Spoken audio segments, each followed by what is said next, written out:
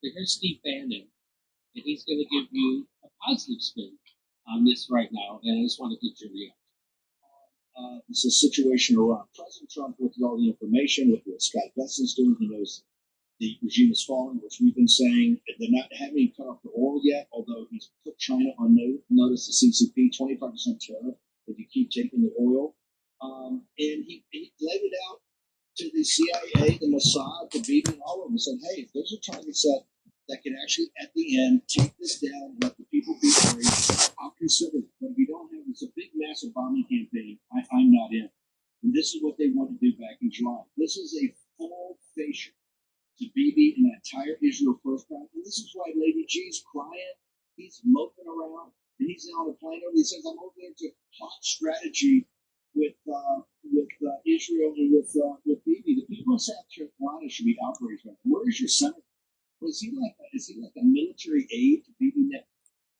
So he's saying this is a full facial, that this is a complete repudiation of these people who wanted to go to war with Iran. And he's saying that it looks like the Iran regime's going to fall anyway. Now, you were in Iran for last year.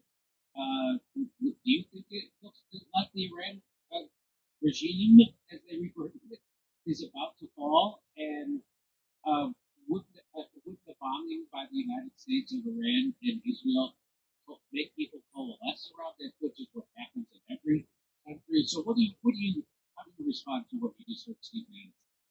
Well, I think he's saying they're about to fall, and that Trump has just exacted this devastating economic blow on Iran with 25% tariffs to anyone who buys Iranian oil, and sanctions on certain IRGC leaders. He's saying that because that helps Trump climb down by believing that he has done something harsh to Iran, punish them without getting the U.S. involved in the war. That's a strategic move by Bannon, and the faction that Bannon represents includes Tucker. It may even include J.D. Vance, the vice president. I don't know what's going on in there, but he seems to align with them. And he's making a great point about Lindsey Graham. He refers to as Lady Lindsey. That's who he's talking about. Senator Graham from South Carolina, the biggest warmonger in the Senate, is now in Tel Aviv, Jerusalem, and he's giving Netanyahu advice on how to manipulate the Trump administration into war. That's what he's doing there. He's part of a kind of Israeli fifth column in Congress, and Bannon is properly calling him out. But the pressure on Donald Trump is enormous right now, and you can see from the kind of noise, background noise on X, just if you follow these issues at all. Go to the For You tab, which is basically the PSYOP tab that Elon Musk has created. Yes. And you can see they're still going. They think that they can actually get Trump to do this, and that once he initiates any conflict, it will continue to escalate until it's out of control, because the Israelis want to draw the United States in indefinitely. Bannon recognizes that. So, there's a reason the Karate Master was the #1 salesman in the London market. Just like there's a reason Morgan & Morgan is America's largest injury law firm. Morgan & Morgan, for the people.com. Here's living. I used to think all you did was filter alcohol. You actually filter it. That's why I humbly repay you. This delicious daily shot promotes liver function and cleanses the unwanted dose. Love your liver. Right now, Papa John's created your own pizza from $9.99 on Original Thin or New York Style Crust all night. At Grand Canyon University, we believe in equal opportunity, and the American dream starts.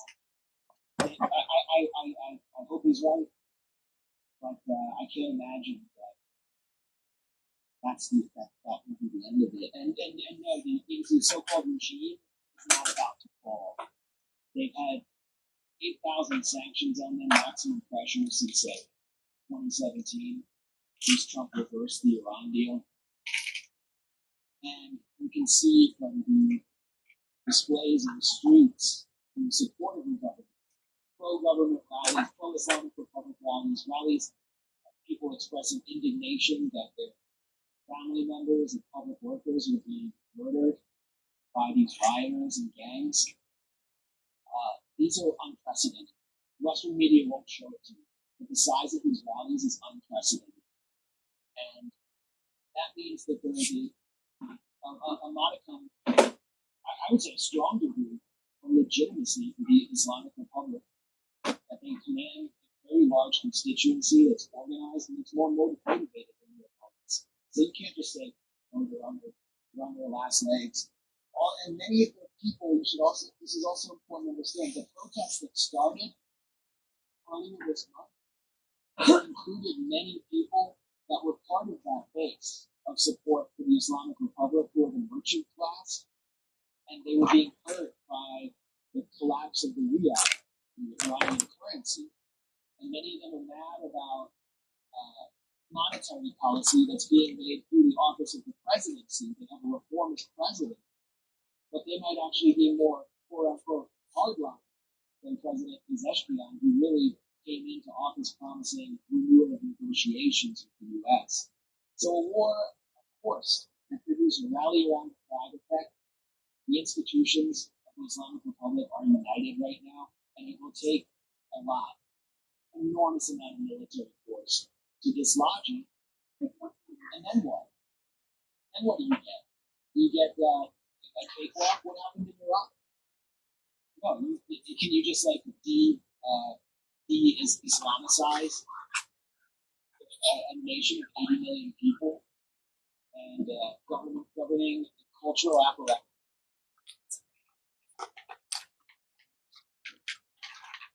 That